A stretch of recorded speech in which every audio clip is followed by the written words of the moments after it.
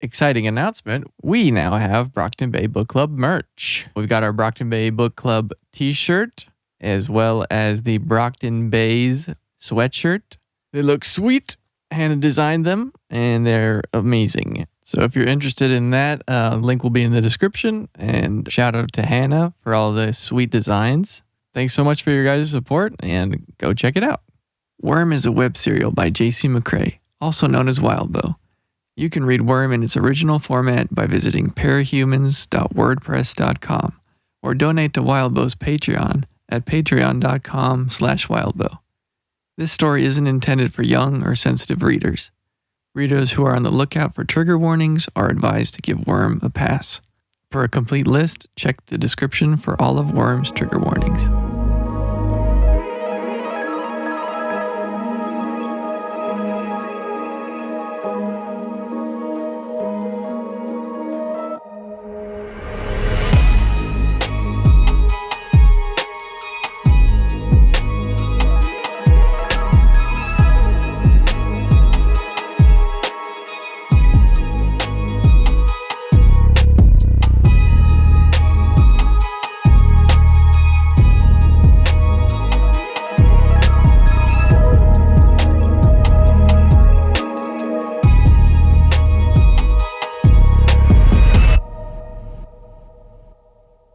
Take that, you worms. Welcome, one and all, to the Dissecting Worm Season 5, Series Finale, Season 5. Recap. Perfect. Welcome. As always, we have Alan and Michael joining me as always. And special guests, as is typical for these recaps, welcome from the Brockton Bay Book Club, Nick and Hannah. Welcome. Hello. Here to judge us once more, are you? Oh, always. We're always here to judge. It's true. The three of you, the two of you. It's really just the two of you. Michael's just a moderator. I'm just here. You judge Michael released for letting from the us bird get cage. away. All I got was this podcast. Michael, I can't believe you let them do this. Yeah, there is a little bit of judgment. It's not really his fault. I am if nothing else, I am an enabler. Sure. Let me just start by saying this then. First off, Alan, how dare you? Mm-hmm. I don't know what you did, but I know you did something whatever already. it is. Yeah. Gosh darn it. Wow. We're all in this. You know what? First off, I'd like to say, if you'd like to also be an enabler, you could join our Patreon and enable us. Do some more horrific shit to the story you enable love. them. Am I right? Yeah. That's right. You thought it was just an anonymous user on Reddit, but it was me the whole time, Barry. Oh, no. No, I'm just kidding. It's enablers all the way down. Oh, God. It's okay. I know that Alan at least is fueled by criticism, so. Oh, God. Just sits in the corner at night, 2 a.m., just scrolling through hate comments. Oh, he loves that shit. I can't stand it. It makes me cry. It's the only thing that isn't hard anymore. I've stopped. I've stopped reading comments because even the good ones, they make me like wonder if people are just being fake nice. Like I can't do any comments anymore. No comments. Yeah. Total zone out. We'll screen them for you. Don't worry. Yeah. Just tell me like what the good people. I read all of our patron comments, but those are our Patreon members. They're peaches. Mm-hmm. Yeah, they get a pass. Well, you get a free pass as a patron. There you go, free pass to patron pass. Let's be clear. You can disagree with me one time. Free pass. That's get to use your monthly disagreement. Yeah. Any more than that, you'd have to go up a tier. I was gonna say, don't we have a tier for that? We do have a tier for the higher go up to the Slaughterhouse 9,000. Only fight with Alan tier. Yeah, there should be if there isn't. You get one slap. It's to bring Alan to tears tier. I was thinking like there you go. I have no fears for tears on that tier. So I was thinking there could be a high enough tier where we just have a bonus episode of a patron debating Alan on some random worm topic. Oh, I've already said that segment would just be called "And Another Thing." Oh yeah, and another worm. That's gotta be a podcast or a show. I'm sure on it is. YouTube. I'm sure it's got to be. Yeah, no way. Well, I'll put your minds at ease a tad, which is to say that season 5, which covers the final 5 arcs plus epilogue, is pretty it's pretty set for the most part. We have some fun with a few bits, but overall, I think this is maybe our least adjusted season. Would you agree with that, Alan? I would definitely agree. Yeah. There's the data speaks for itself. Your episodes are about half the length as usual Yeah. for this season. Yep. Meaning there you're like, yeah, actually it's pretty good. That's Yeah. good. Wild Bo's cooking, and if it ain't broke, don't fix I it. think Exactly. part of that is that this is so far along in the story, and this part of the story is so directed that you cannot change a whole lot without it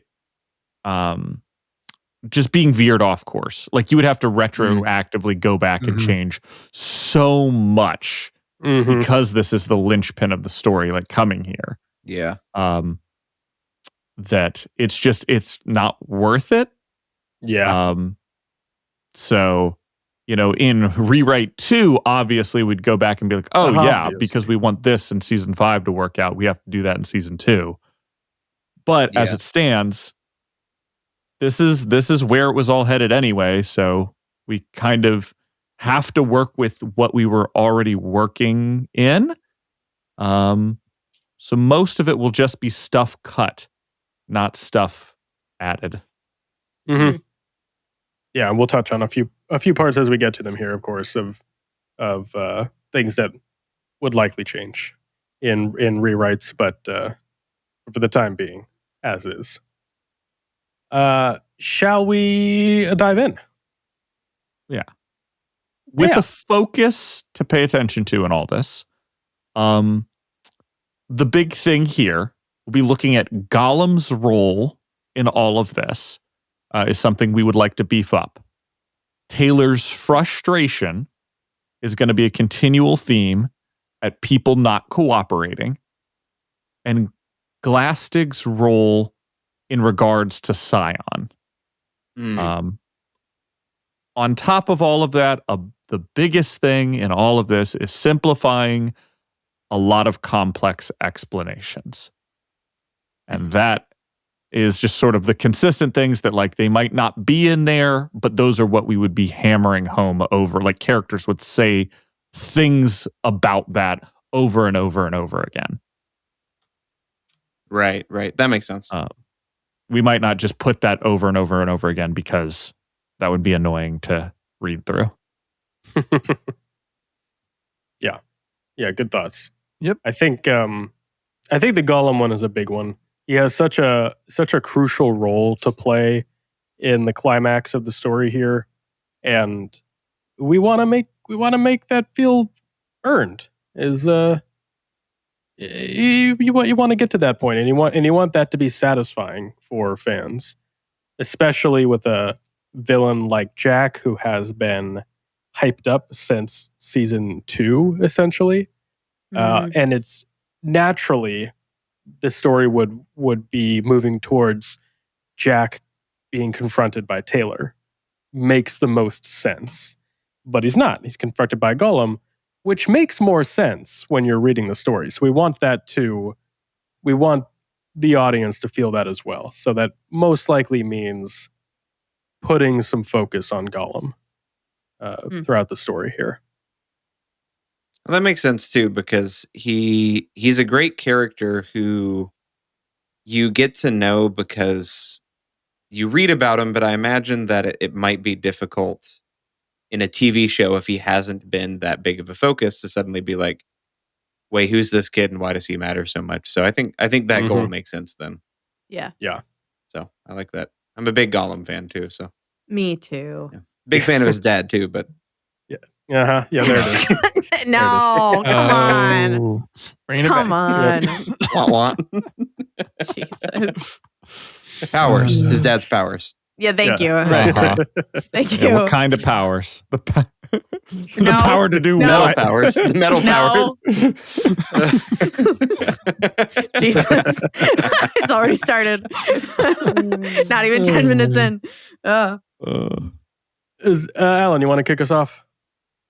Starting off, we have Taylor sitting in a darkened dragon craft along with a bunch of dragon's teeth soldiers.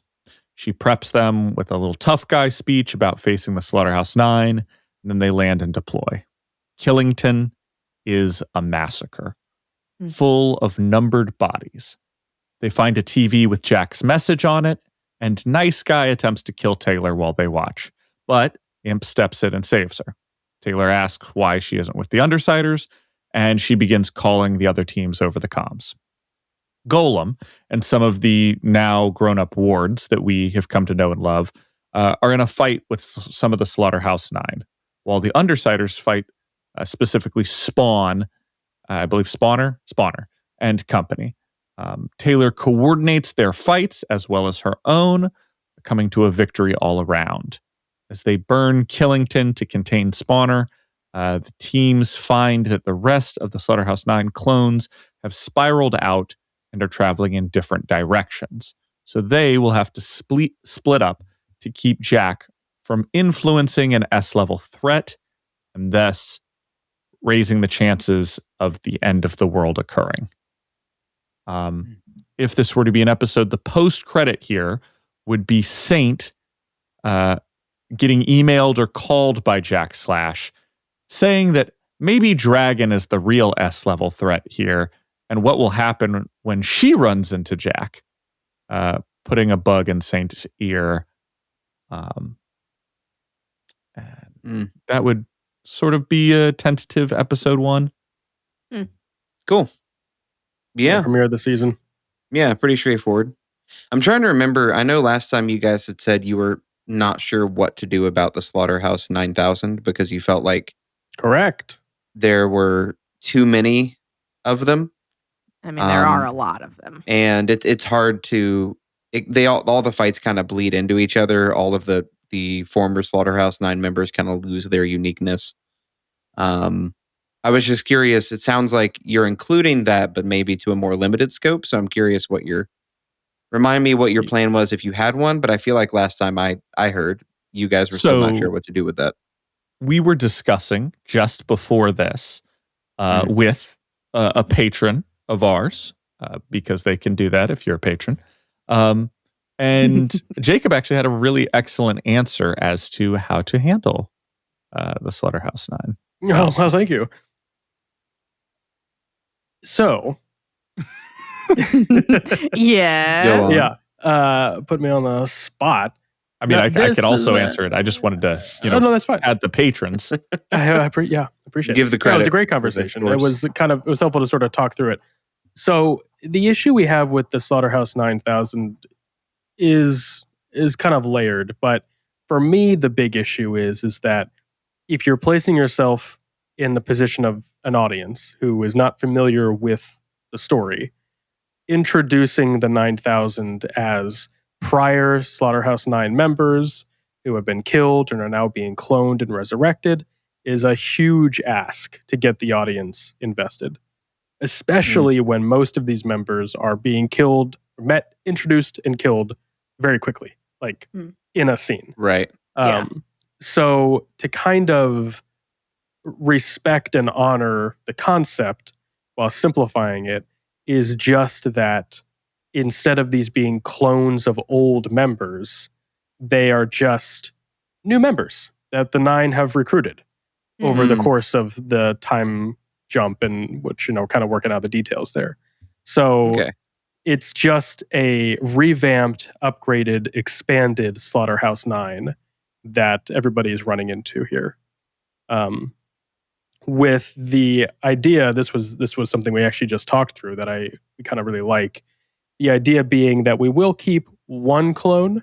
That is the clone of Grey Boy.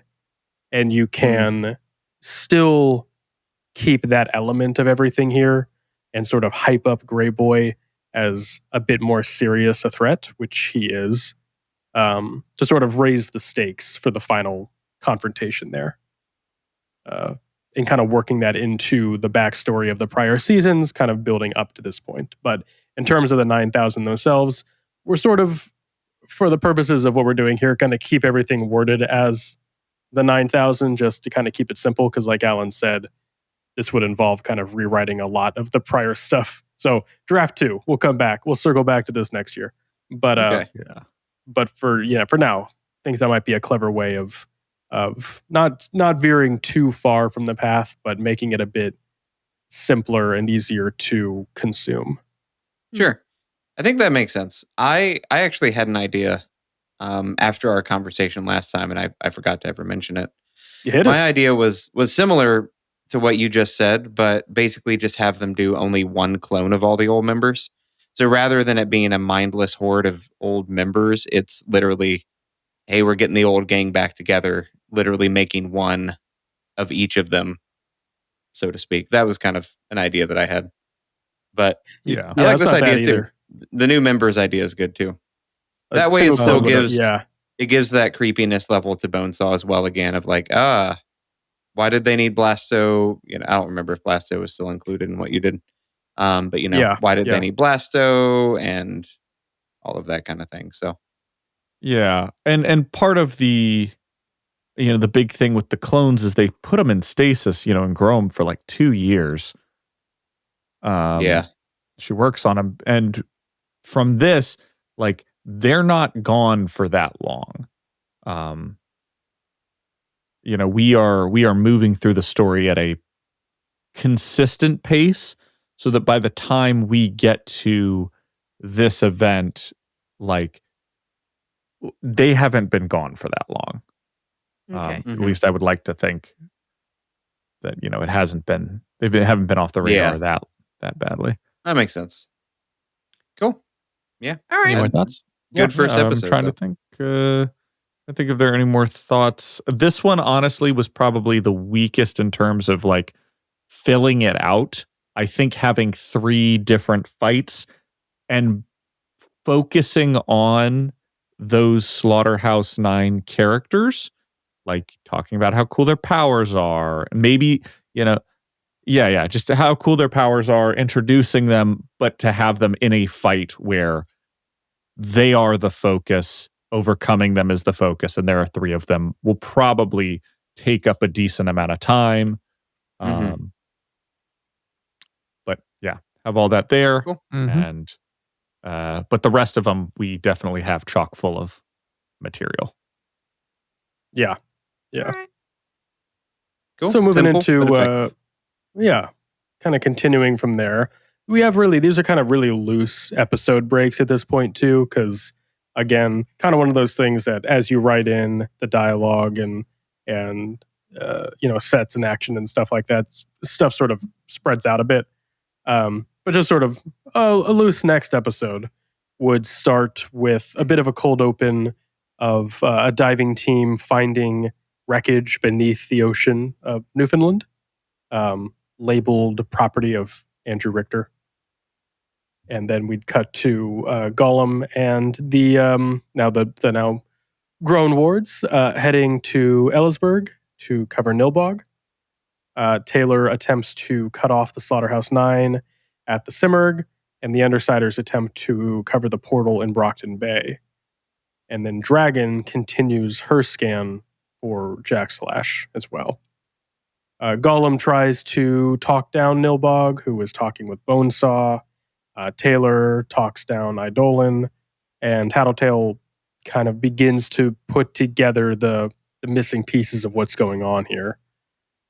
Dragon sits watching Dragon and Defiant widening their search. Dragon's grasp is ever expanding, thinking constantly about Jack Slash's warning. Gollum gives chase, Bonesaw, and fights the Siberians. Taylor connects with the Simurgh a little before fending off some of the Slaughterhouse 9 herself, And Tattletale tells everyone that there has to be a way to track their portal to the toy box now that it's open. And then this would kind of, oh no, whoops, I got a bit more. Got to scroll through. Scroll down on your sheets before telling everyone that you're done.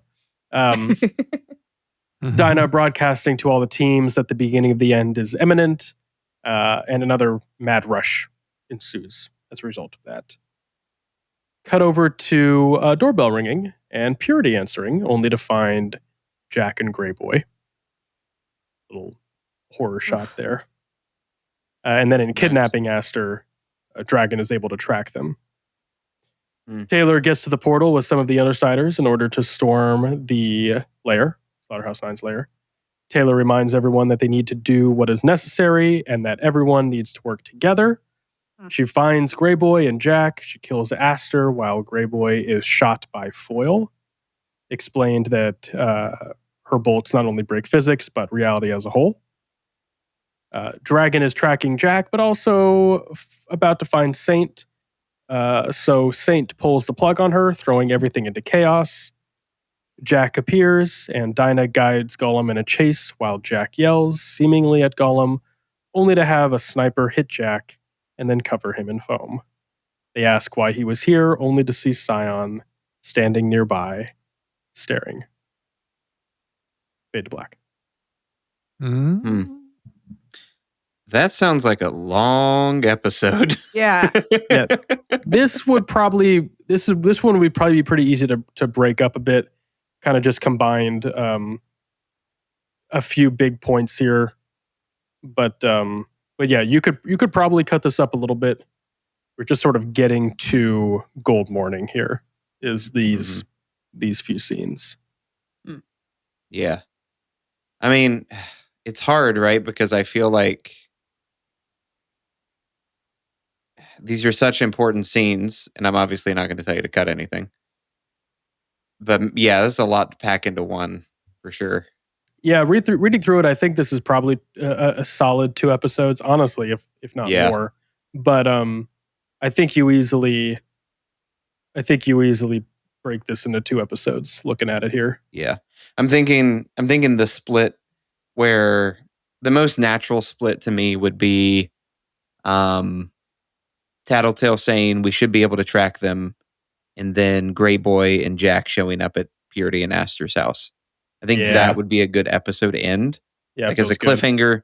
And then the next episode is interesting because it feels climactic, even though it's only the 3rd episode of the season, and you realize there's more going on when you see Scion at the end of that. And I feel like that's a good 2 episode split. Otherwise, I just feel like it would have to be really fast, and I think you would lose a lot of the good details you would get otherwise. Yeah, right? You're right. Yeah, I agree. Also, for what Jack is yelling out, because I had in my head something that works for, both of them. Oh, you're so, you go through his, you're so uncreative. You're such a bore. Like, you just do what everybody tells you, like, yada, yada, yada. And it's stuff that all very much applies to Golem. But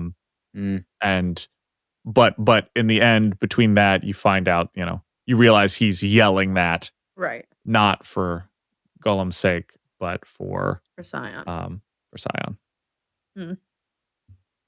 Yeah, there's a couple things we did adjust here just a little bit with that final fight. Mostly with Grey Boy's involvement and then the final confrontation. It's one of the it's tricky because this is actually a general Worm question that I had, and I don't remember if I brought this up during the book club portion, and it helped my deja vu. That's wrong. What's amnesia? Wormnesia. Wormmentia. Thank you, Wormmentia. If we did talk about this already, but like, Jack's shard prevents other capes from harming him. That's the whole thing. That's why they need a PRT sniper at the end to trip him up. Why does Grey Boy trap him in the story? How is that allowed? How does Jack Shard let that happen? He doesn't get him. He tries to. Grey Boy gets Jack. I don't. Does he? I don't didn't think believe he so. did. Oh, somebody check it.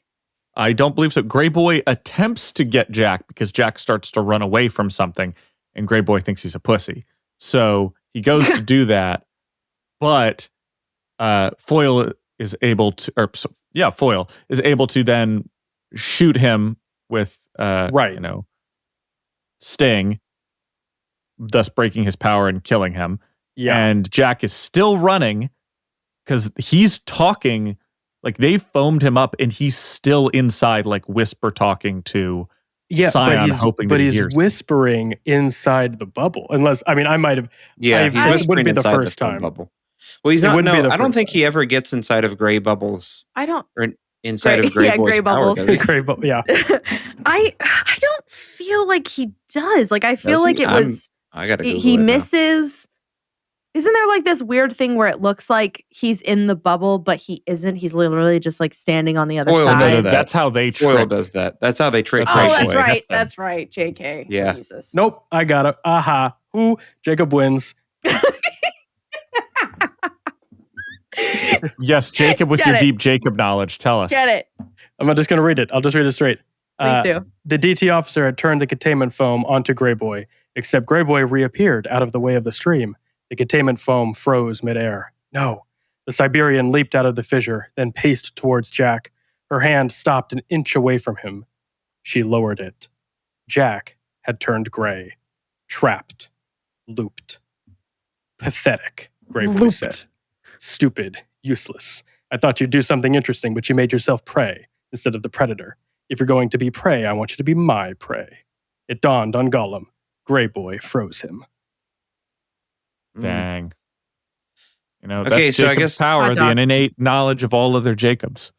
That's true. Got him. I love it when Oh. Jacob's right. I'm not gonna lie. I don't like it when anybody's rare. right in this podcast. It's very upsetting, but I like it when Jacob's right. So It's I guess the few question hard would be points. then, Gray Boy's powers don't stop once he's dead, though, right? That's something that's established. Correct. Yeah. Right. Okay. Right. Everyone's So I just think- kind of stuck. I think Jack's power isn't that it nullifies Cape powers. It's that he has precognition and cognition powers that allow him to understand capes and their powers innately. And basically he figures out like how to push all their buttons. He knows, kind of can figure out how to push people to do plans that he's chosen. He's all about, he talks way early on about the carrot and the stick thing, right? Like you got to have the carrot and the stick, and that's kind of his whole shtick, for lack of a better term. Yeah. Yeah. So I don't think that it's like he just didn't see. He probably knew that at some point, like he even talks about it. I think he knows that Gray Boy's going to betray him probably at some point, because that's just the nature of the Gray Boy. But he sees it as kind of a like necessary evil. Like maybe this one I can control, even if I couldn't control the original one. Yeah, it's interesting because I interpreted his power partly the unknown parts of it, the subconscious part of his power, that his shard prevents the other shards from disrupting him because he's necessary. Yes. Which is what Gollum figures out, which is why Gollum calls for a PRT officer to get involved, knowing that the shard can't interrupt that action. As we're getting into the minutia of the shards here. No, it's None of this will be explained in the show. It's just going to yeah, happen. but I was gonna say, like, No, I'm just we kidding. can write a better script because we know all the details. Like we don't Yeah, have to. The audience What's doesn't. going to happen is at this point the screen will pause and then text is going to scroll, just explaining exactly what's happening. So you see, It's what every true fan would want, you know? yeah, exactly. Actually, probably yes. So honestly, in kind of talking through that, I really like the idea of Grey Boy trapping Jack because it's such a torturous end to him as a character. Just looping for eternity, essentially. Yeah. And I really dig that. But just it felt like it conflicted with what we know of Jack's shard. But if we tone that down, if we sort of don't play into that as strongly, or if Grey Boy's a clone and not totally connected, yada yada. You can kind of work around it, I guess. It probably still works. Yeah. I mean, I was just gonna say you can also make it Jax more on the precog side rather than on the Right. literally disrupts power side. True. That yeah, that's true. Yeah, I was say reading through this, and I love the analogy going on here. Essentially, Wildbow equates the power to like a CEO of a company, where like, oh, let's say you have somebody else in the company that's being monitored at all times, try to like, order a truck full of bears to kill the CEO at the company. It's like, well, they ordered on the thing, they were monitored by the thing, and then the person dropping off the bears honks their horn to tell the CEO, hey, there's bears here that he's also gotten multiple emails about. That is what his power is like. And the bears were ordered with the company credit card, and Yeah. the statement was then sent to the CEO. Unless he's just not paying that, any attention at all, he knows, on a subconscious level, or rather his shard is doing all of that. Like, oh, this guy's about to shoot you. We're not going to let that happen, obviously. So take a step that way, and that's how his power works. Because his power is, an administrator in some sense for all the other shards.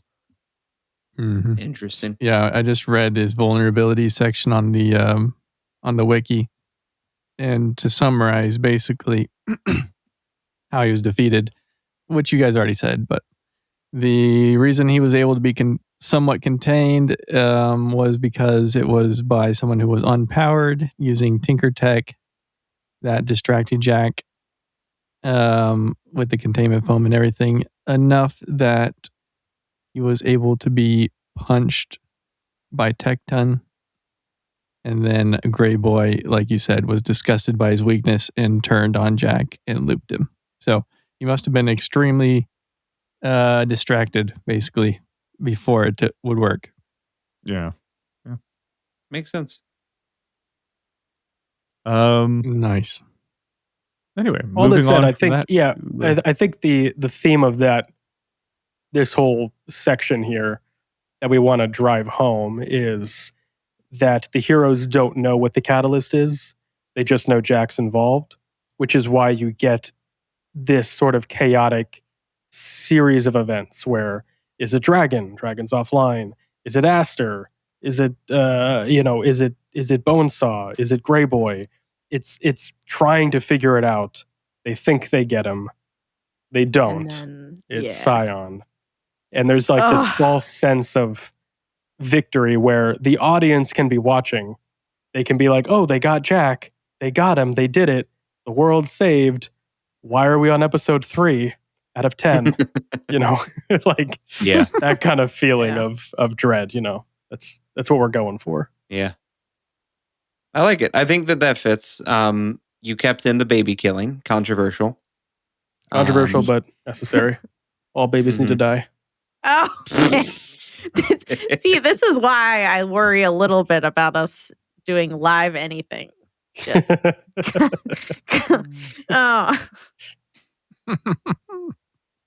only monetization left and right.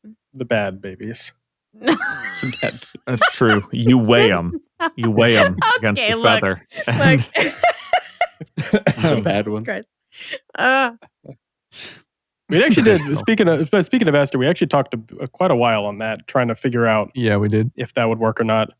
We're leaving it in for now, but honestly, it's something that would need some close overwatch and review. We basically said it has to happen for the plot, but it's not our job to figure out how the director is going to do it, so we'll just let them figure it out. Well, that's basically you could figure it out. You could kind of pull a reverse Spider-Man trope, in the sense that so you know how Spider-Man tries to save Gwen, ends up killing her by accident. Kind of reverse it where Taylor has the chance to save Aster, but then maybe something happens or she thinks to herself, should I? And in that moment of hesitation just lets her die. Yeah. That way, So it's then not she's so not the one. it's not pulling so the trigger. direct as and as it is in Worm with Taylor. She doesn't shooting actively play a Aster. role in Aster's death. She plays Yeah. a passive role. She in plays a Aster's passive death. role in it, and it still is like this idea of her making a hard choice for the greater good, which is a lot of what this last season would be about, like you said. But not it being as direct as, "Hey Gollum, I killed your sister." Also, I feel like if you want him to be a character, that's Yeah.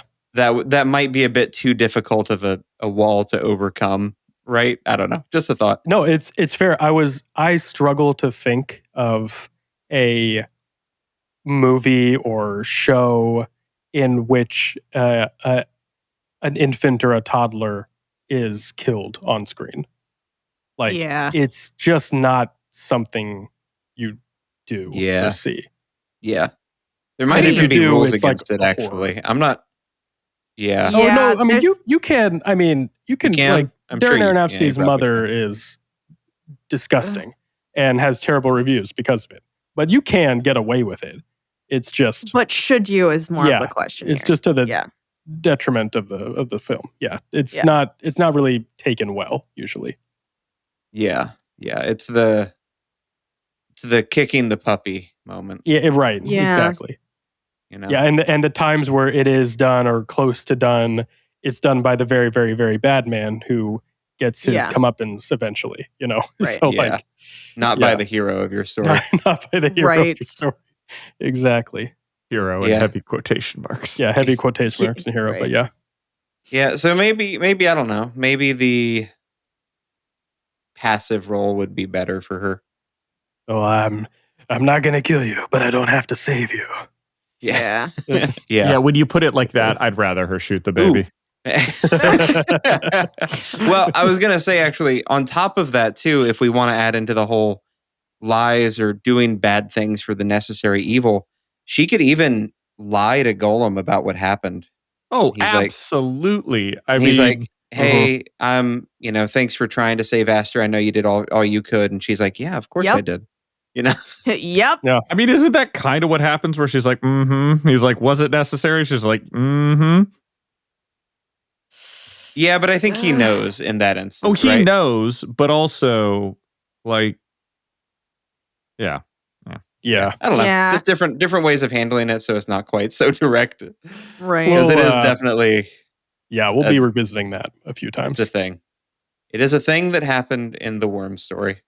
Yeah. It's definitely not what you start with when you're trying to get people to read Worm, No, right? I was You're not like, actually today I was on the phone with a friend and I was trying to explain Worm and she was like, "Oh, maybe I'll read it." And I was like, "Just a reminder, our podcast has been reading it for like over a year now and we meet pretty regularly." And she's like, "Oh, okay, so it's really long." I was like, "Yeah." And there's some dubious things that happen and dubious there's things. Dubious there's just things. there's some dubious, questionable shit that happens. She was like, "Oh, like what?" And I was like, "Oh, ah!" None of the examples that come to mind are good examples that will get you to want to read it. So maybe just try it and tell me what you think. Let's just say the tamest thing is one of the early villains losing his penis. No, that's right. I know. I like thinking of like That is trying so to tame. to pitch it to a studio executive Yes. board, right? All right, so we got Taylor. Now she's a bit morally gray. She's doing the wrong things for the right reasons, like corroding people's junk and shooting infants. Shooting infants. Oh, But she's my got a good God. heart, you know? We open on a Ugh. teenage girl rotting a giant dragon man's dick off. Exactly. See- We pan over. There she is balling his eyes out. No, goddamn. And it's downhill from here. And it's just, it really is. That's It like the sky's so the limit on early what she can on. do to Yeah. gruesomely maim people. God. Are you comfortable with maggots and eyes? Oh my God. The Well, like, he visual still medium has for them, and this they're not book eating them, they're just might in not them. be the best idea, to be perfectly honest. I don't know if I need it in a visual medium. Oh. I love the idea of a studio exec doing all of that and then drawing the line at just the character skid mark existing. We can't. We're gonna have to remove him entirely. I think the fan base in general would probably be okay with that, though, to be perfectly honest. I don't know. While Um, we were just sitting here, I definitely saw some comments in our Patreon Discord Oh no. about Skidmark. Oh no. Here's the thing, Jesus. right? Like everybody has their person. Like every You know what? Actually, I'm going to say that's not true because there recently was a survey done with a bunch of Pokemon fans, and everybody picked their favorite Pokemon, and all but 3 Pokemon got picked. So Really? Wow. everybody is not somebody's favorite. Yeah. What 3? So maybe there's hope that I'm people don't. also so curious. Three. I want to know. I what actually 3. don't know who the 3 were. I have to look it up. Could you Probably for 'cause science, they're that please? forgettable. Yeah. I want to yeah, know. he forgot immediately. No, I You've got to don't. be I like mean, Generation 8 Yeah. Pokemon or whatever. That's funny. Gosh, I have to figure out how to Google this. The point stands though. Well, The point does. Yeah. Yeah. Shall we we'll continue on? yes. Might as well. Yeah, no, I found it. Oh, What are they? Excellent. 4 I need to know. Pokemon. I'm gonna Google them while 4 you say Pokemon did not. It was 4 actually. So the Reddit community on r/Pokemon hosted a popularity poll in which over 52,000 participants picked out their favorite Pokemon. That's almost as many Pokemon. that Yeah, exist I know. now. Yeah, I know. While the winners of the poll contained a few surprises, Charizard won with Gengar, Arcanine, Bulbasaur rounding out the top 5. It has Arcanine twice in there for some reason. There were 4 Pokemon that didn't receive a single vote. Any guesses as to any of them if you want to No throw idea. that out there? I'll be honest. Way I'm too many. trying to think of a single Pokemon that someone wouldn't fuck. God Well, damn it. that wasn't the question, Alan. But wasn't the I like where your question. head. I know I that like where- wasn't the question. Listen, but Alan, it's the same answer. I like where both your heads are at. Let me tell you. Thank you. Jesus. I'm just thinking about that brave soul that was doing the Pokemon challenge all those years ago. What? But Anyways, we 4 not Nick, Pokemon just- please read the Nick, did not. Nick, 4 please read the Pokemon names. did not Please. receive a vote. Silcoon, really? Oh, okay. Please continue. I'm gonna look up all of these. yep, Come Silcoon, on. Gothita, What? which is actually kind of surprising to me. Once again, Okay. Electric, No. Interesting. and How do you spell electric? Electric is Eel, EEL. Electric. It's Eel, EKTRIK. And Young Goose is the last one. Young Goose is Not young- come on. YUNGOOS. Okay. I am Whoa, shocked that those are the 4. Okay, That's I am surprising. shocked at the young goose one because he's kind of cute. Electric, that's a tapeworm. Gothita, she's kind of cute. Mhm. Silcoon, I don't know what I'm looking at. It just looks like a Yeah. a It's a cocoon It's a Pokemon. spider It's sack. a cocoon Pokemon. Yeah, it's a it cocoon does- it Pokemon. does- it does look COVID-19. like- Cascoon is the other version that's cooler because it's got spikes on it. So I understand why somebody would pick that over Silcoon. Cascoon. If you're gonna pick one, it's spelled They're the same. CASCOON. No, they're No, the I was gonna exact say same. they I'm looking at them. The definitely only have difference is that a Cascoon is pink and the Silcoon is white. No, Yeah. Cascoon They're is big, pink. both too. have Is spikes on them. Dustox and the others. No, they don't. Uh, Silcoon does not. have I am spikes. looking at pictures right now. They definitely Google both is have telling spikes. me that Does it they have- both have spikes. Okay, well, you know what it is then? It's because Cascoon's got the fun, angry face, and Silcoon's got the sad-looking eyeball. Cascoon's, Maybe. yeah, Cascoon has. Oh, no, they both have 2 eyes, don't they? Yeah, they do. No, they both have 1 eye. Do they only have 1 eye? I mean, I don't I'm know. It looking doesn't. at Anyway, we're so multiple far pictures off the here. It's thread. very important. This is what No, people actually, no. pay On the for. Pokemon card, Silcoon does have 2 eyeballs. So Yeah, It's I gonna was be about a to say, long I'm looking episode. at they've it. got 2 eyes. It says they They've have got 2 2 eyes. eyeballs. What? You know, I love I'm when with you, Alan's Alan. I wrong. thought they both God. had 1 eye for the longest time. Excuse me a second. Hold on, Thank you, hold Michael. on. The way I'm looking at them, are we just seeing side views? Yes. Yeah. Yeah. Yes. Oh my! Oh, I see the I way you were expanded it to looking look at at it. all the pics. Yeah. Yeah, it's just You're an looking eye. at it like a beholder. Yeah. Yeah. Yeah, that's funny. Yeah. Yeah. That's funny. Gothita is funny to me because it is kind of cute, but its evolutions are much more interesting. So I understand. Like, if you're going to pick something from the line, you're going to pick the second or the third one, right? You're not going to pick the Yeah. first one. But still, like, I mean, if you can only pick one favorite, though. Yeah. It's true. that's true. sense. But still, I like. Like, I'd like to say that Klefki should be a bottom, like, but of course somebody's got to pick Klefki. People love Klefki, man. I know. That's what I'm saying. So, like, it just boggles me. There are some really bad Pokemon Klefki. designs out there, and Yeah. these are the ones that they chose to not pick. Like, Wait, Klefki is just a ring of keys? It's keys. yes, What? that is correct. No, it's in the Why? Pokemon Smasher Pass song. But he's a cute bunch ring of of keys. keys. Yeah. But he's cute keys. Let's be Really, honest. Aaron? The keys? Yeah, it's just a bunch of keys. I love there's clearly a car key on here, like a Hyundai. Yeah, absolutely. Like there's All right, one 10 that minutes like into this Pokemon venture. yeah, sorry. Anyways, Let's get back to Gold Morning. We gotta Episode do 3. what Pokemon each character is here in Brockton Bay. We'll get God. to that. This is Patreon content. Cold open. Jacob and I both have discussed which one, so there are two alternates here. One is that we do the entity's origin and plan with its partner, narrated with the creatures either in subtitle or just saying like movement, agreed, infestation, agree, division, agree, that whole bit, while they're doing all the stuff. The alternate opening for this would we show them going to the alternate reality of Eden's like optimal future at the end of this, but in this showing kind of how reliant Scion is on his partner. Yeah. In terms of like making these ideas and just kind of like agreeing with all of them.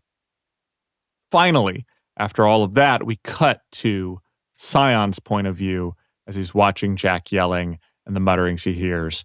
Scion then floats up into the air and fires a gold beam onto the horizon. And then, Worm. Taylor finds Brockton Bay in ruins. The PRT and Undersiders usher people through the portal. Taylor goes to the big cauldron meeting and they start discussing options. Any options are valid options. They offer to open the bird cage, and Taylor goes to visit Shadowstalker, not in the bird cage, just regular jail, in order to, get her to come out, and they have their little conversation. Later, Taylor is approached by Glastig Wenye, newly out of the birdcage, who discusses shards with her and their roles. Everyone begins to prep. They start fighting in shifts, hiding on other worlds to prevent Scion from getting to them, and they hit him with the G driver. Or was it the G driver, the F driver? F driver. G driver. Yes, G driver. And then only to have him appear directly above them on this other world and blow up the oil rig. Clock Blocker dies, shielding Taylor. Gru is absolutely blown away. Taylor, however, survives, and Glastig and Eidolon draw Scion away from everyone, only to have Scion ultimately destroy Eidolon, while Glastig stands there and does nothing to stop it. Okay. So, in terms of cold opens, I think I like the entity one better. Yeah, same. Because I think it's more necessary than the optimal future one. Yeah. If that makes sense. Unless you were thinking doing both, then both could be interesting. But in terms of what's most necessary for the story, I think understanding the entities would be best. That's just my feeling, though, in terms of if you're picking between the two. I also think that the ideal future one, because we're about to deal with a lot more alternate universes, I feel like having that here is gonna leave like this little seed in the viewer's mind that like, oh, that, we have this whole other world with like we might be able to tap into that and like they could save it. Like this is not it would have to be very clear that like this is not Yeah. a real, like this doesn't exist. Like this was That's a a good point. possibility. This was the ideal and it didn't happen because everything got blown up and nothing is good anymore and everything is sad. But like you'd have to make it very clear cuz like when I was reading it I was lost. But of course, Yeah. that's me. But like I like the idea of it being the entities. Like we get this kind of like the That's a good sky point. whales. I The love sky the sky whales. worms. Yeah, but they're like whales too. They're like wormy whales. Worms are small. Whales are big. Yeah. Those are just I, big worms. in terms of like visually, I imagine them like wormy whales, but with the shape of like a nebulous star cloud or like a Yeah. constellation cloud. So pretty. Yeah, something kind of along those lines. Also, but- can you guys? Oh, I'm sorry. Continue, Nick. No, go ahead. Oh no, Yeah, that's go all. ahead. I was just gonna say, in terms of how they would talk, I can't imagine them just speaking normally. I would want them. I feel like they should talk in like deep rumbles or like kind of like how whales talk, right? But with like the singing and stuff like that. Yeah. And imagining it, actually, that kind of works. Kind of ripping something out of the Silmarillion, having them like harmonize with each other to show that they're in agreement, right? So you have the word agreement show up, and that's like the harmony comes in. Yeah. Oh. Yeah. Also, kind of the idea of like whenever you have an I Am Legion kind of character where it's like all a bunch of voices all at once, it's like where a bunch of tones are overlapping and then like they slide into the harmony of like the two of them in agreement. That would be really cool. The burning bush and Prince of Egypt. Yeah, exactly. What? You know I'm right. I don't Which- remember that being there- a thing. Yeah, it isn't. I'm a little confused there. What? So wait, are we talking about yeah. which one are Yeah, we the talking old- about? Are we the talking old about DreamWorks animated? Yeah, animated Prince No. of Egypt. What are you talking about? No, I know what he's talking about, but he's wrong. Jacob, no. What? It's one voice for God. God doesn't get a Legion voice. Yes, he does. He explicitly gets a Legion voice. Pulling it up Val right Kilmer's fucking voice as Moses takes priority with God's voice, but it's a collection of about 9 different voices, including Miriam's. Yeah. I mean, think, and a in few the others. in the Plague song, God's voice is represented by a choir as well. Now. Yeah. That Hold is on. Jacob's about to be something. right twice in one episode. Oh my god. Okay, I'm watching it right now. Yeah, absolutely not. It is one voice. Yeah. I'm listening myself. I'm not listening because I'm not invested in this anymore. Me either. I'll just trust whatever you guys say. Yeah, same. Me 90% of the time. Wait, everybody shut up. There's like these little echoes of like him remembering that are other voices. This is multiple voices. What are you talking about? No. I am. Hannah's you right. You are outside of your mind. I No, am listening. it's literally one voice. Flowing of milk and honey. It is one person. It is one voice. Post-production Michael here. Eventually I had to step in and do some fact checking so that we could resolve this. And here's the result. Also, to follow up on Michael posting, Jacob is right again. I refuse to believe it. Other than that is like, Yeah, Jacob's Very always curious. I refused. Like, I get that they can be whispering it. That is like an after effect that is not relevant to the person talking at all, as opposed to any other Legion type character talking. Yeah. right. No, Curious. it's not.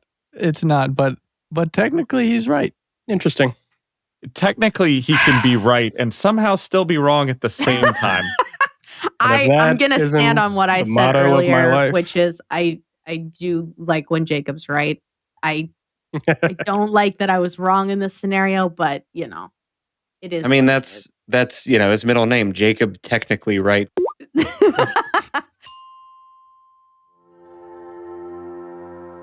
This episode of the Brockton Bay Book Club is sponsored by Maid Marian. Maid Marian creates custom cottagecore and run-fair clothing designed for every body. Whether you're looking for a lace-up bodice, rustic apron and pinafore, or ethereal dresses, you'll find items customized for every individual's fit and design. All items are lovingly hand-sewn with attention to detail and a touch of whimsy. Visit Maid Marian today and transform your wardrobe with clothing that feels as enchanting as it looks. Find Maid Marian on Etsy at themaidmarian.etsy.com.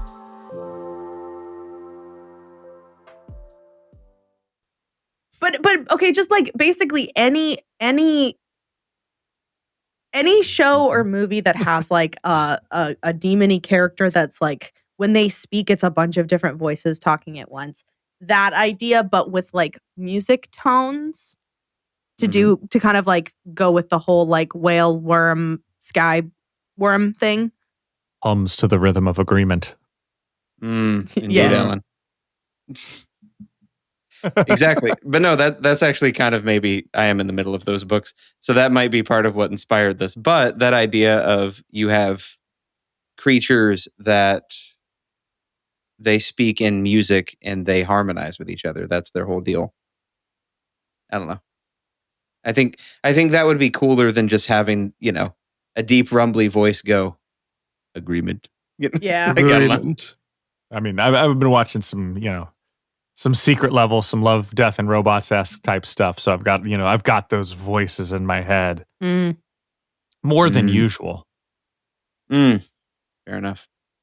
And I can hear it just, honestly, you could, a deep voice, you could tone it, mess with a little bit, but, I like the idea of just them very simply this agreement, but yeah, you could shush it up. I think just emphasizing the inhumanity of them Yes. is just important, and I feel like that could be one way to do it theoretically. Yeah. Doesn't have to be that, of course, but in Dune when they have like the low humming and it kind of sounds like a didgeridoo, Yeah. like that. Yeah, but like a little bit more lyrical and like a lot of different things at once, all at the let me same try again. time. Sorry. Episode 4, Jacob. Episode 4. Cold open again. A little girl wakes up in the night to something falling from the sky, causing a golden light. Cut to Tattletale interrogates a captured saint, who reveals the last message Andrew Richter sent. Tattletale tells him that he sure did a good job saving the world so that Scion could blow it up. Taylor and the Undersiders, with Lung and Shadowstalker, along with Golem and the Wards, all discuss finding out what Cauldron is keeping from them and what Scion is after. When they realize that the portals aren't working, they track down the last one, only to discover the turncoat Las Vegas Capes pretending to be heroes. Defeating 2 of them, they enter into the portal and the Cauldron compound. The little girl, cutting back over to their cold open scene, the little girl hears things in her head and sees the path. She follows it into the woods and meets Dr. Mother. Present day, splitting up, Taylor goes after Satyr and the Las Vegas Capes, while Golem takes on the Irregulars who quickly turn on Weld and Dr. Mother. Dr. Mother hides them in the vial room, where they discuss how coordinates play into vials. Scion is revealed to be in Cauldron now, and Taylor defeats the Las Vegas Capes and rescues Contessa, who opens the door to a warehouse-sized area. Cutting back, young Dr. Mother and the little girl kill the human thing appearing out of the Garden of Flesh, and then we cut back to that same object as Taylor stares at it, bridging that connection. Dr. Mother and the Wards watch Scion break through the Irregulars and spot the vials, only to go into a rage while they make a break for it. Taylor explores Eden when Scion makes his way in, and Taylor, seeing the reaction he has to the body, so she lights it on fire and bullies Scion to make her escape. As you do. As one does. Bully God. Episode ends with them all meeting back up at the camp and sharing their findings about shards. Bella makes a case for humanity having to cooperate willingly, and Taylor sneaks off and talks with Glastig about which side she's on. Glastig said that she'll be all under her control eventually. Taylor goes to Panacea and Bonesaw and convinces them to help her as she looks down at the 2 pieces of paper Dinah gave her. Contessa, mid-conversation with everyone, spins around, and they all rush to the tent with Taylor. But it's too late. God, that's a lot in one episode. I was going to say, once again, this feels like a big episode. That felt like 3 episodes. Oh, Are these like single arcs? Is that why there's so much in here? Are these like one arc you're trying? Is like one arc per episode? Again, these aren't actual episode breaks. These are we're containing. These are like chunks of the season, essentially. Chunks of the season. Okay, so that's a better way to put it. I'm always surprised because there are some of these that, like, I agree the episode 2 is long. Some of these would be maybe 2/3 of a Game of Thrones hour-long episode in terms of content. Maybe. I mean, it depends on what you would want to flesh out, like what you would want to say, and like conversations and yeah. Like, how much do you want to explain about why the irregulars are there? How, like a lot of it comes down to actually putting in the dialogue and seeing how long things are, and then you go back and you trim always and longer reshape than you it. think. Yeah, and you go back and you kind of reshape things as you put it all together. Yeah. Oof. Yeah, okay, I mean, because we only have 5 quote unquote episodes outlined here. Yeah. And then the epilogue, so it's I thought we have obviously 6. Oh, 6, yeah, 6 including the epilogues. Yeah. Okay. So yeah, stuff will get stretched. Right. Gotcha. Right. Okay. She's in a tent instead of the cave. Oh, is that how we worded it? You said in the tent. She's not in a cave when she gets her brain zip-zapped. Isn't she? She's at a medical tent. Isn't she? I thought she was in a cave. Yeah, pretty sure she was in a cave because then when they portal out and Bone Daddy. Wow. I'm sorry, Marky. I mean, yes. Yes, Hannah. Yeah. Correct, Marky. I don't know what happened. I think I just hallucinated. We know what happened. Hannah's been getting a preview of our fan fiction. I lost all track of what I was saying. Marquis pins her to the wall of the cave. Thank you. Yes, when Marquis stops her and they all portal out, it is in a cave because she's like, the idea is that she's stuck here. Yeah, like I don't know why in my head it's maybe it's just because all the There's other a lot people of in medical tents later and during and before in the story. So I just assume she's in one of them. They're patching up. No, because the portal into Cauldron is like in this cave that's kind of like hidden away, supposed to be. Which I didn't realize that's the same cave that they do this in. Yeah. I think so. I mean, that's what I assumed reading it. I've been known to be wrong before, but that's what I always assumed. Because the idea is that like they're gonna get her stuck here. If she's in a tent, like they're not trapping her in the tent. They're like the idea is to trap her somewhere remote to be able to get away from her. Yeah. After everything happens. How did she go? Like, how did she get away from all of them? I mean, unless it's a big cave she gets through the portal. She goes. Well, no. How did she get her brain snapped the first time? I assumed they were all standing around together in the cave, and they're talking. They're trying to figure out what to do, and discussing options, discussing Scion. And she's like, "Excuse me, would you mind giving me a lobotomy?" No, it's good, man. One lobotomy, I assume someone's please. looking it up. I'm if trying. not, that's fine. I'll look it up in the meantime. Yeah, I mean, it's not a big deal. I just that was like something that's like. Also, it feels like the fight, the Scion situation. Either you're shortening it or you're not showing the like depth of Cauldron facilities or something, like with the whole tunneling and the elevator shaft that drops down into the earth. Yeah, we're not gonna do all that. Yeah. I will say I think the risk of this episode is much like the arc. You have to balance the fight scenes with non-fight scenes, because right now you've got in that section, if it's if it's 2 episodes, it's probably fine, but in that section you've got fights with the irregulars, fights with the Vegas wards, and fights with Scion. It feels like there's a lot of action where a lot could be lost to the audience if it's just a lot of action scenes back to back to The fight back. with Scion at the end is That's not so much of a fight. So that one's I was gonna say is not so much incredibly of a minimal. fight. Yeah. I mean, I noticed you do have Contessa and Taylor kind of leaving the group to going to find That's Eve, it's Taylor's Eden, whatever group. the fuck her name You is. can put Taylor's group there. Okay. Taylor's team and Contessa, as opposed to Gollum and the wards. Right. Also, did we finish the previous episode? Because I don't think you guys ever said anything about if Shadowstalker was going to join or not. We talked about Taylor going to the prison, but then all of a sudden in the next episode, she's with them. So like the assumption is that obviously she joined them, but that wasn't made clear. Yeah. We're just doing broad strokes over stuff that you already know happened. So like, fill in the Makes details sense. for a lot of that. But yes, to answer your question. No, Actually, I'm pretending to be the average viewer who cannot do basic media literacy. I appreciate that. Real though. All right.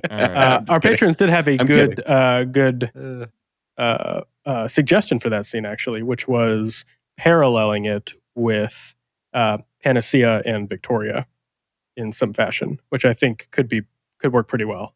Be kind of fun to parallel those prison conversations and Nice. have some fun with that. Yeah.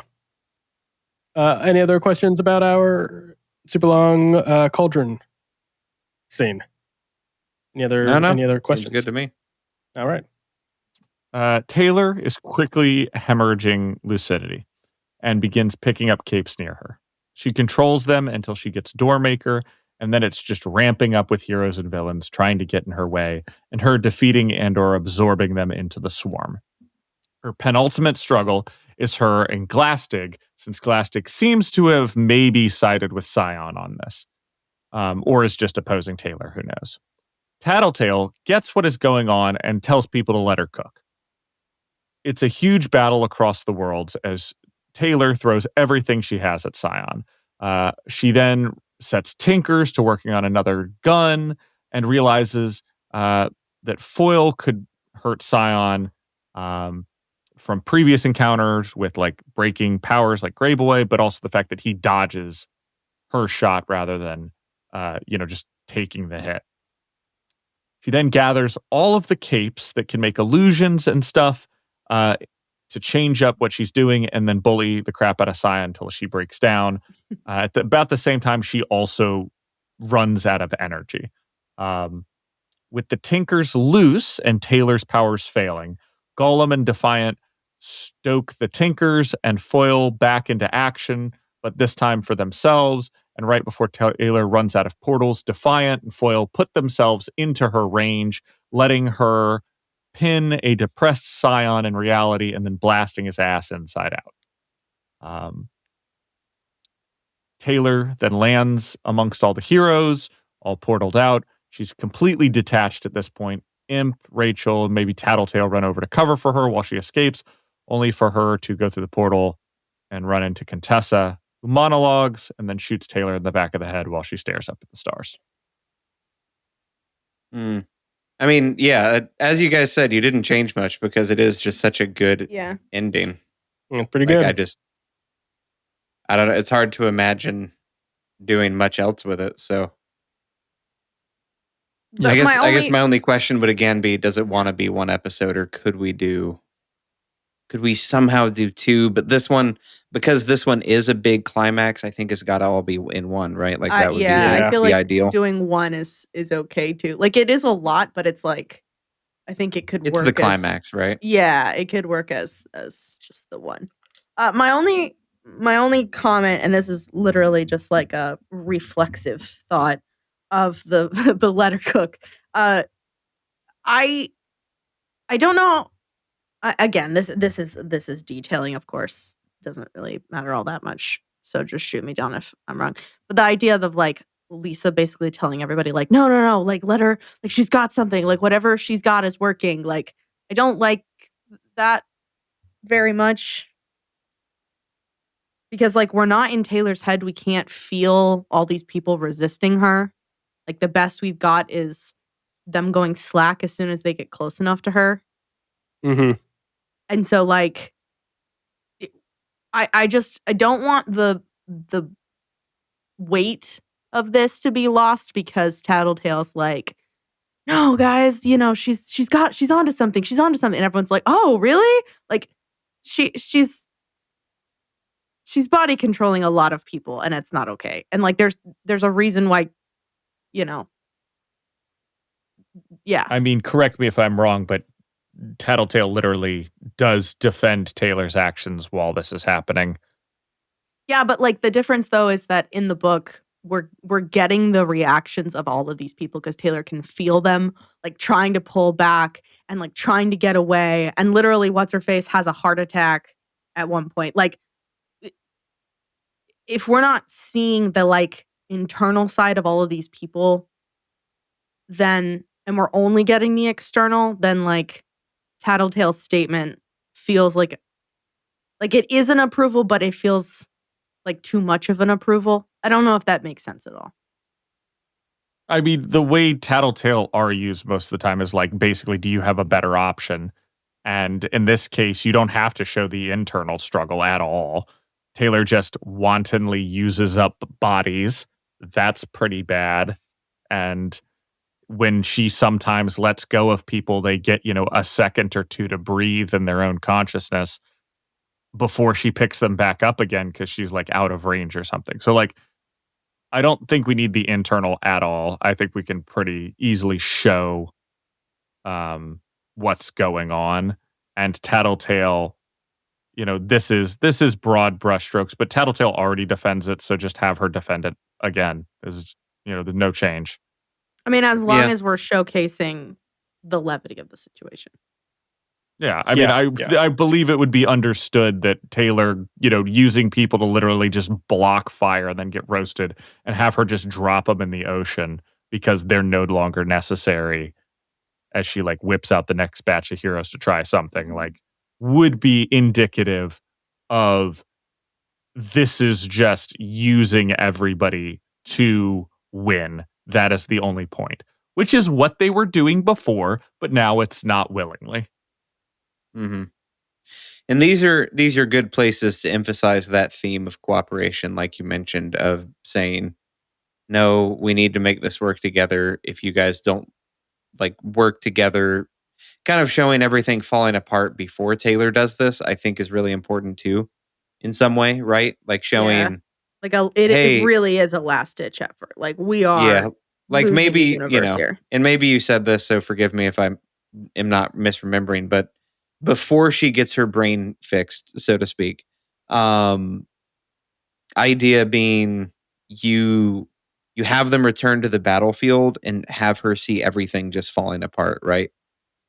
And like you can even have her we notice. didn't write that, but yeah, that would be the idea. Yeah. So, but yeah, it's a lot, but it's a necessary thing, I imagine, for a conclusion, right? It's got to be big, and it's a big one. Yeah.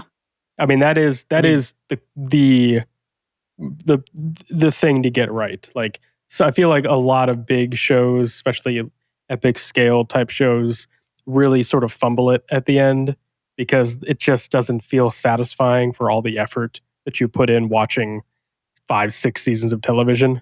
It's one of those things where like somebody's probably going to be disappointed, and you just want to do right by as many people as possible. Yeah. Which is hard. And I feel like in general, the actual written conclusion of Worm does a pretty good job of that. Yeah. So I agree. Yeah.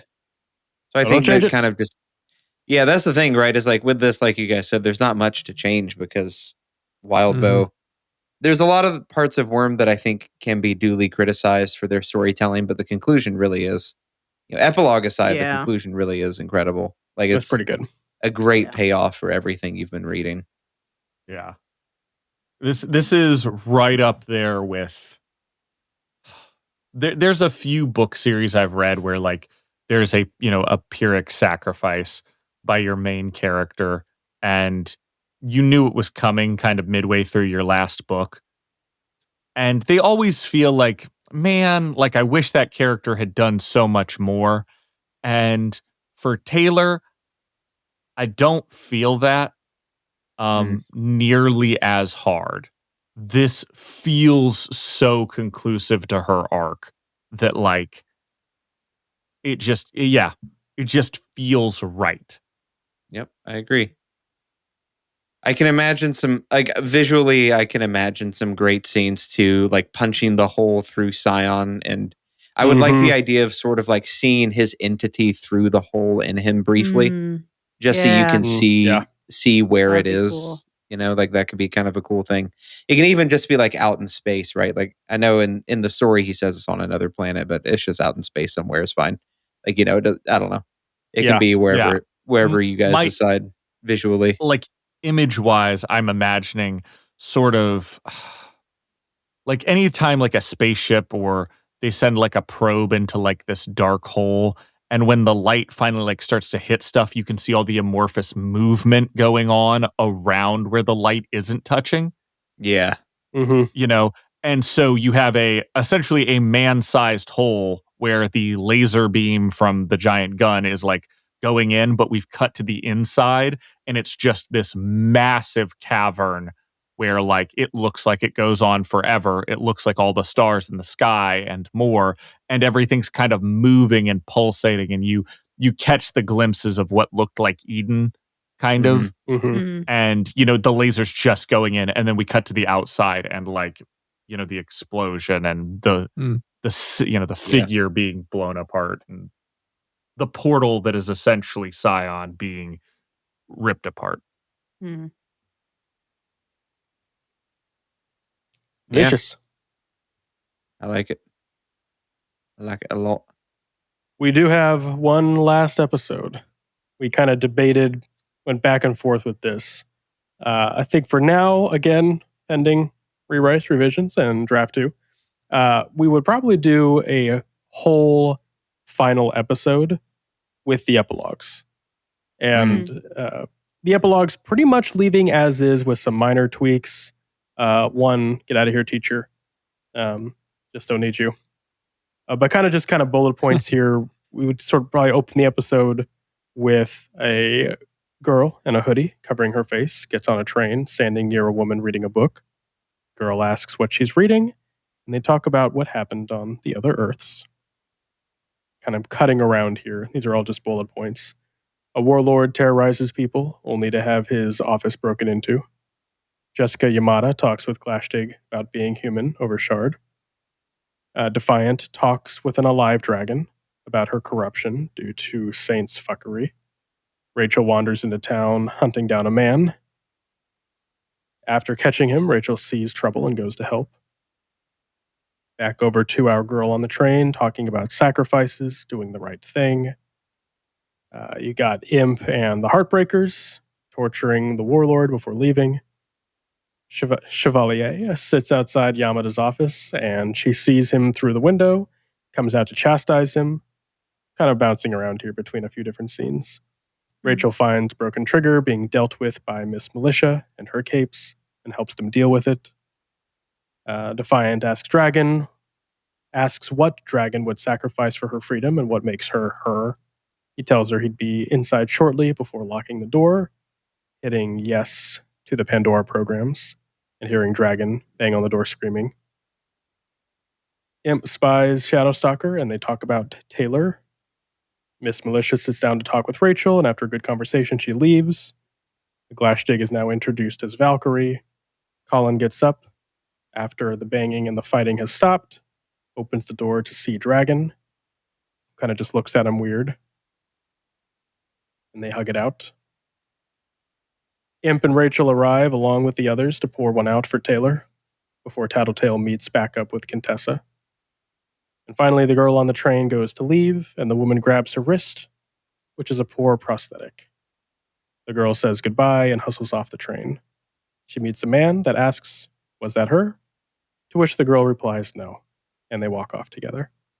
A lot kind of going on here, sort of bullet pointing, wrapping up some character arcs, putting a little bow on the story. Yeah. Yeah. Yeah, I like it. The big thing here with the epilogues, sorry to cut you off, No, go ahead. is wanting to give the rest of the characters a bit of a conclusion post the climax. Yeah. We spend a lot of Yeah. time with these characters, and I think Yeah. reading the epilogues feel very satisfying for that reason, right? Like it really does feel like you sort of get to say goodbye to the characters one last time when you're reading it. And I think the audience deserves that too. They deserve a satisfying conclusion with the people that we've come to love. Yeah. Yeah. Yeah, I think so too. It's interesting. I know we talked a lot on the podcast about not liking that Taylor is alive at the end, but it sounds like you guys are keeping that, right? Unless I misunderstood what you were saying. We are trying to make it more ambiguous, and honestly, we're still kind of tweaking that. We were tweaking that during that episode last time as well. It could be gone. Like we could would cut not it. change anything. I'm honestly fine keeping it, even just making it more ambiguous. Maybe just a conversation that Tattletale has with Contessa or something like that. Who knows? Or even the conversation she has with Rachel and Emp, which would be a good place to kind of leave that implication. Yeah. I actually, as an idea, cut down the Taylor epilogue to literally 2 scenes. And they would be the opening and the closing is my visual idea. Opening, you have a kid in a hoodie standing on a train, sitting next to the old lady.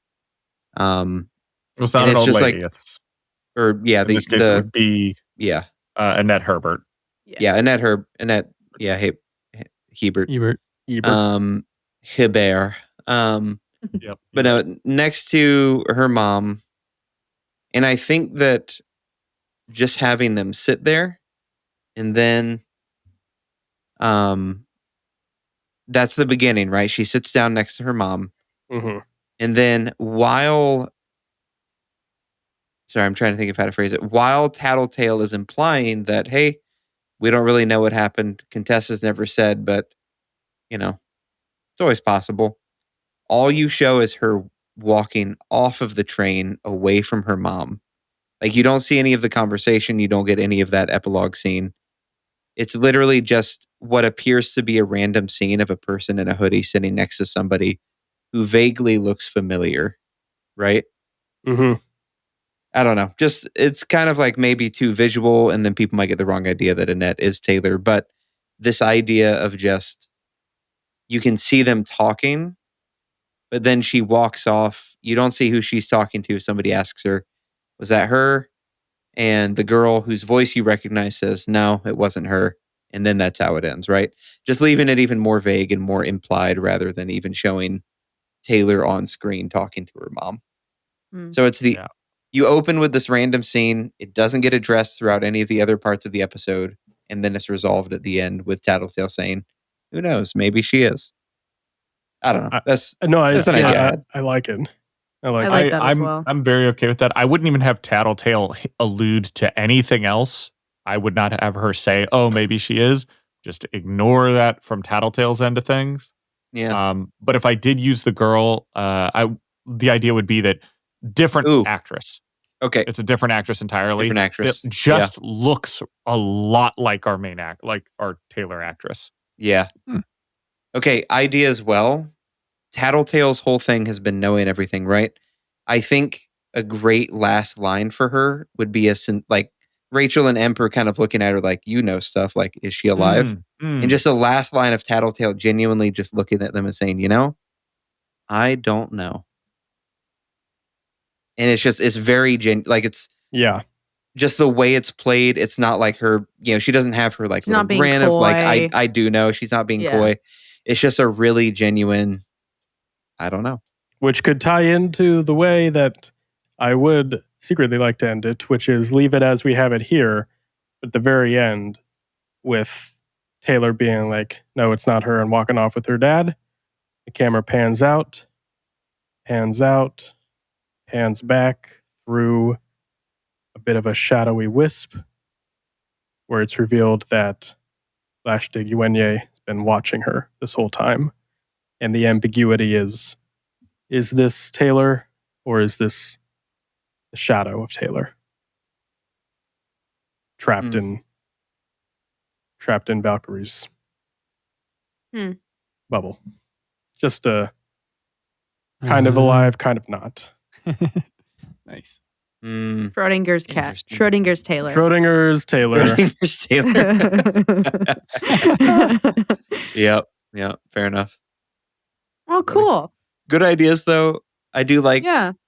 the epilogue. It's simple. I like kind of mixing things up and giving these just good conclusions for Yeah. everybody. It's good. I like it. That's the idea.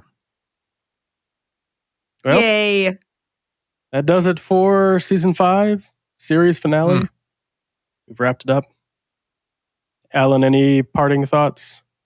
Nope. In the end of this, I want to rewrite the whole thing again. Yep. Yep. I think that's fair. Classic Alan. We are going to do definitely a full recap of the entire series here, highlighting our major changes that we've done, along with sort of things that we either changed or didn't change that definitely need to be revisited as we try to put it together. So we had a lot of fun with it, but there was quite a lot as we were doing it. Even stuff that we liked at the time that, like, episodes later, seasons later, we're like, well, that doesn't work. we gotta change that whole thing. So there's a lot of that. So we'll kind of review and talk about all of that in a final wrap up. Yep. Stay tuned for that. Stay tuned. And then also stay tuned for our final episode where we do a little worm and review with the book club. Oh yeah, wrapping it up. Hard to say goodbye to this story, but we will. Crazy that we're done. I know, unbelievable. Well, I guess we'll go ahead and call it there. Nick, Hannah, thank you as always. Yeah, absolutely. Thank you. Thoughts? Always happy to be Contributing here. and judging, and Always. Can Telling me I'm always wrong. count on us. and Michael, thanks for joining us and making us sound good, keeping us on track, and telling them when I'm right. I appreciate it. You're welcome. You're welcome. It did take some digging, to be fair. It was not just out there, but It wasn't you just were out there. right. It's not like you could watch the video and hear it at It's all. true. No, Not it there. is, to be fair, I wouldn't have picked it up. I don't know how you knew this, but you The did. Depths of my random film facts is it's like I'm basically an entity of just You know, Shards of you know that track back? IMDb Shards of trivia. knowledge. shards of knowledge, different films. Yep, The director I was think- Alex Garland. Agreement. agreement. Hannah has some kind of power as well to make you right by like agreeing, like being happy that you're right, somehow Yep. predetermined that you would be right one more time on the podcast. The So Contessa really we could version. thank Hannah, I think. I love that. Yeah. What is that? Who's the retcon hero in Rick and Morty? Oh yeah. What is his Probably name? probably just Mr. Retcon, right? What's his name? You mean Jesus? No. Are we talking about the train guy? No, not the train guy. Yeah, It's, I was right. His name is Retcon. his name is Brett Con, Yeah, and then he that's right. renames himself That's right. Retcon. Yeah. And his whole thing is he just says, "You have always," and then whatever he says is true. So he's like, Yeah. You have always been born without bones," or Exactly. "We're always deadly allergic to coffee." You know, it's just silly stuff. He's retconning people's past. So All right, guys. The party's not over. Stay tuned. Jacob, Hit us with the line. Oh, yeah. It's like, what are you queuing me up for? Until next time, as always, take that, you worms. Thank you so much for listening. Read along with us at parahumans.wordpress.com. We'd love to hear your thoughts. What did you love? What did you hate? Anything you think we missed, etc., as long as it's kind. If you'd like to get in touch, you can find us on Twitter, Threads, Instagram, TikTok, and Reddit at Brocktonbaybc, or click the link in the description.